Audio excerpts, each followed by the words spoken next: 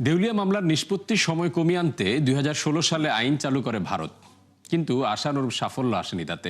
বরং মামলার দীর্ঘ সূত্রতায় ক্ষতির মুখে পড়ে বিভিন্ন আর্থিক প্রতিষ্ঠান, যাতে প্রশ্নবিদ্ধ হয় বিচার ব্যবস্থা। এছাড়াও রয়েছে অবকাঠামোগত দুর্বলতা। সমস্যা সমাধানে বেশ কিছু সংশোধনী প্রস্তাব আনে মোদী সরকার। নাদিয়া ইসলাম তুলির রিপোর্টে বিস্তারিত। ঋণের মামলা নিষ্পত্তিতে অতিরিক্ত সময় ও বকেয়া আদায়ে দীর্ঘসূত্রতায় ভারতীয় প্রতিষ্ঠানগুলোকে ঋণ দিতে গড়িমসি করে বিদেশি বিনিয়োগকারীরা, আর তাতেই নড়েচড়ে বসে মোদী প্রশাসন। তাই 2016 সালে চালু হয় দেউলিয়া আইন। সাধারণত ঋণের মামলা নিষ্পত্তিতে গড়ে 4.5 বছর লাগে ভারতে, যা চীনের তুলনায় দ্বিগুণেরও বেশি।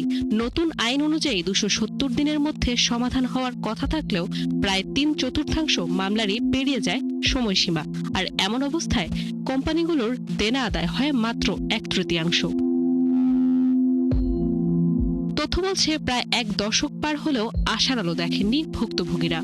দেউলিয়া কর্মসূচিতে থাকা 8,000 প্রতিষ্ঠানের মধ্যে সফলভাবে নিষ্পত্তি হয় প্রায় অর্ধেক, যার মধ্যে নির্দিষ্ট সময়ের মধ্যে সমাধান আসে মাত্র 1/4। গবেষণা সংস্থা কেয়ারএস রেটিং অনুসারে দেশটিতে 1900 মামলার মধ্যে 78%ই 270 দিনেরও বেশি সময় ধরে চলমান রয়েছে। মামলার দীর্ঘসূত্রতার অন্যতম কারণ দুর্বল বিচার ব্যবস্থা। দেশটির আইন অনুযায়ী 1 কোটি রুপির বেশি ঋণ খেলাপিদের জন্য দেউলিয়া মামলা শুরু করতে পারে ঋণদাতারা।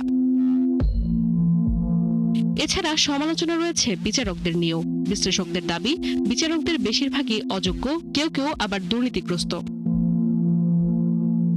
ভারতে ব্যবসায়িক সমাপ্তিও বেশ জটিল প্রক্রিয়া। বৈধ কাগজপত্র হলেও আইনি বিরোধ ছাড়াই স্বেচ্ছায় বন্ধ করতে সময় লাগে প্রায় 4.5 বছর।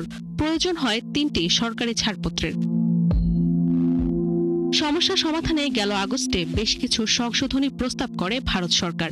খেলাপি প্রমাণিত হলে মামলা দ্রুত নিষ্পত্তি করতে হবে, যাতে আদালতে মামলা ঝুলে না থাকে। নাদিয়া ইসলাম তুলি, 71।